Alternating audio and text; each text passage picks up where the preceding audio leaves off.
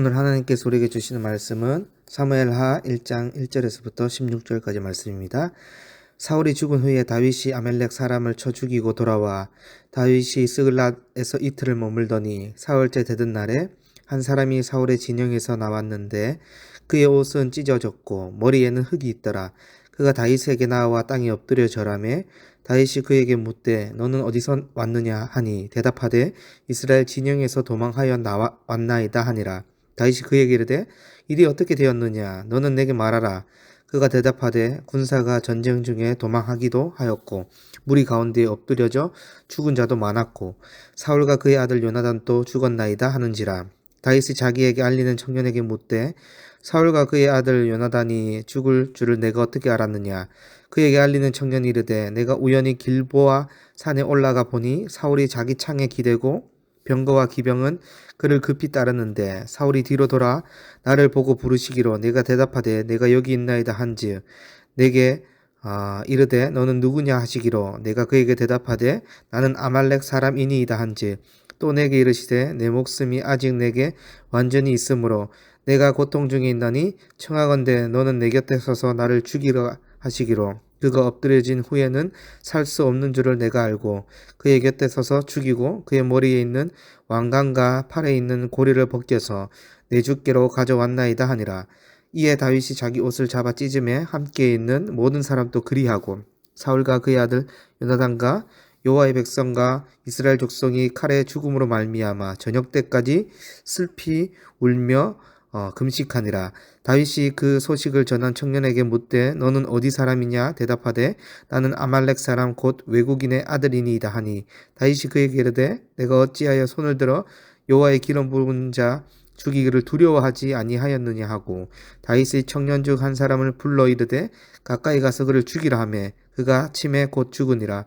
다윗이 그에게 이르기를 내 피가 내 머리로 돌아갈지어다 내 입이 내게 대하여 증언하기를 내가 여호와의 기름 부은 받은 자를 죽였노라 함이니라 하였더라. 아멘. 여러분 고사성어 중에 언행일치라는 말이 있습니다. 이 말의 뜻은 말과 행동이 하나를 이룬다는 뜻입니다. 특히 믿는 자들은 입술의 고백과 삶이 일치되어야 한다는 사실을 누구보다 잘 알고 있습니다. 그런 의미에서 본문에 나오는 다윗은 입술의 고백과 삶이 일치되었던 대표적인 인물인데요. 오늘 본문에서도 다윗의 행동을 통해 그가 얼마나 언행일치적 삶을 살았는지를 알 수 있습니다. 뿐만 아니라 하나님 앞에서 신실하게 행동하고 있음을 알 수 있습니다. 다윗의 행동을 통해 신자의 행동이 어떠해야 하는지를 함께 나누고자 합니다. 여러분 다윗은 시글락을 약탈하고 그의 아내들을 포함한 모든 사람들을 끌고 갔던 아말렉 족속을 치고 다시 시글락으로 돌아와 쉬고 있습니다. 그렇게 쉬고 있은 지 3일째 되던 날 사울의 진영에서 한 청년이 전쟁에 대한 소식을 가지고 다윗을 찾아온 것입니다. 그런데 우리는 오늘 본문을 계속 살펴보겠지만 사울의 진영에서 겨우 살아서 돌아왔다고 하는 이 한 청년이 꼼수를 쓰는 기회주의자임을 알 수 있는데요. 학자들은 2절에 보이는 그의 겉모습도 꾸민 것이 아닌가라고 판단하고 있는데요. 다윗에게 나타난 그의 모습이 어떠합니까? 찢어진 옷을 입고 있고 머리에 먼지를 뒤집어 쓴 채 끔찍한 전쟁터에서 살아남은 모습이 역력한 거예요. 그리고 다윗을 보자마자 엎드려 절합니다. 그러자 다윗이 묻습니다. 너는 어디서 왔느냐? 곧 이 아말렉 사람이 대답하는데요. 저는 이스라엘 진영에서 도망쳐 왔습니다. 그러자 다윗이 재촉하여 묻습니다. 일이 어떻게 되었느냐? 그리고 이 아말렉 청년이 대답하는데요. 군사들은 전쟁 중에 도망하기도 하였고 무리 가운데 엎드려 죽은 자도 많았고 사울과 요나단도 죽었습니다. 다윗은 사울과 요나단이 죽었다는 소리에 관심을 보이지요. 그러자 이 아말렉 사람은 마치 지금이 기회인 것처럼 대답하는 건데요. 사무엘하 1장 6절에서부터 10절까지 말씀입니다. 그에게 알리는 청년이 이르되 내가 우연히 길보아 산에 올라가 보니 사울이 자기 창에 기대고 병거와 기변은 그를 급히 따르는데 사울이 뒤를 돌아 나를 보고 부르시기로 내가 대답하되 내가 여기 있나이다 한즉 내게 이르되 너는 누구냐 하시기로 내가 그에게 대답하되 나는 아말렉 사람이니이다 한즉 또 내게 이르시되 내 목숨이 아직 내게 완전히 있으므로 내가 고통 중에 있나니 청하건대 너는 내 곁에 서서 나를 죽이라 하시기로 그가 엎드려진 후에는 살 수 없는 줄을 알고 그의 곁에 서서 죽이고 그의 머리에 있는 왕관과 팔에 있는 고리를 벗겨서 내 주께로 가져왔나이다 하니라. 아멘.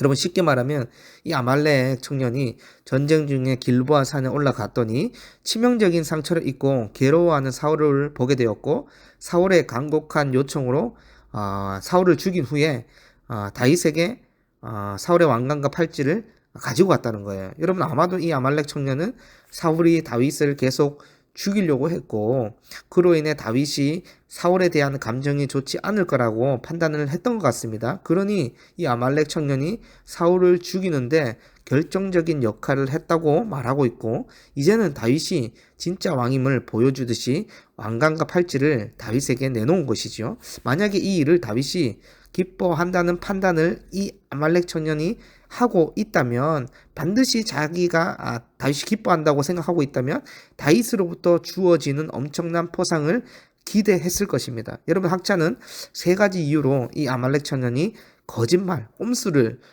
부리고 있다고 판단하는데요. 첫째는 6절의 고백처럼 만일 적의 병거와 기병대가 사울을 바짝 따라오고 있었다면 이 아말렉 청년이 어떻게 왕관을 빼돌릴 수 있었는가의 문제입니다. 여러분 당시 전쟁은요 적군의 우두머리를 죽이고 소지품을 취하는 것이 병사들에게는 최고의 영광의 상징이었습니다. 그런데 어떻게 이 아말렉 청년이 바짝 다가오는 기병대와 병거를 따돌리고 평안히 그곳을 탈출할 수 있었느냐라는 것입니다. 불가능하다는 게 학자의 생각이죠. 둘째는 아말렉 청년은 지금 사울의 군대에 속한 병사처럼 이야기를 하고 있는데요. 그런데 역사적으로 사울은 아말렉 족속을 군대로 끌이들인 기록이 전혀 없습니다. 이미 사울이 오래전에 사무엘로부터 아말렉 사람을 진멸하라는 명령을 내린 적이 있기 때문에 사울이 아말렉 족속을 군대로 사용했을 리는 더욱더 희박합니다.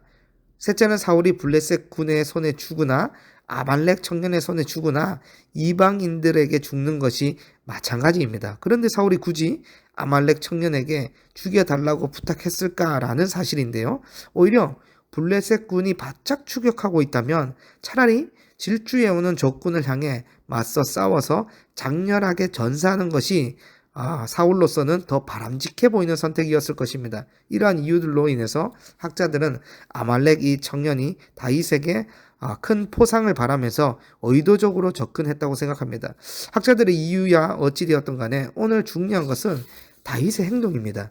본문은 다윗이 아말렉 청년이 기회를 찾아 의도적으로 접근했든지 그가 거짓말을 했는지 그 의중을 알고 행동했다고 말씀하지는 않습니다. 단지 우리가 주목해서 보아야 할 점은 다윗의 고백과 삶이 일치하는 부분입니다.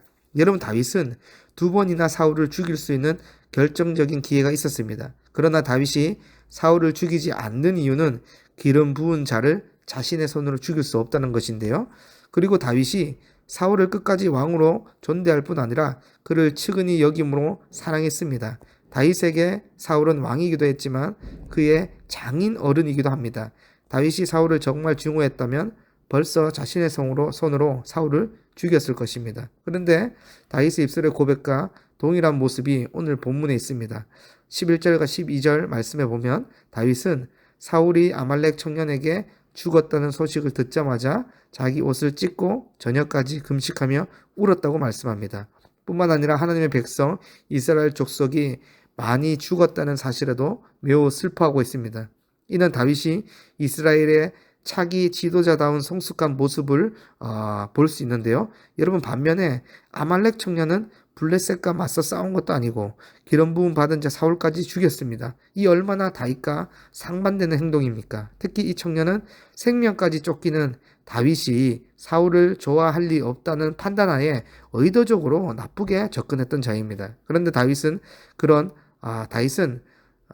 아말렉 청년과 같은 기회주의자가 아닙니다. 그는 하나님을 믿는 자로서 백성들을 진심으로 사랑했고 악을 악으로 갚지 않는 하나님의 사람이었습니다. 그래서 다윗은 14절 말씀처럼 아말렉 청년에게 질문할 수 있었던 것입니다. 내가 어찌하여 손을 들어 여호와의 기름 부음 받은 자 죽이기를 두려워하지 아니하였느냐.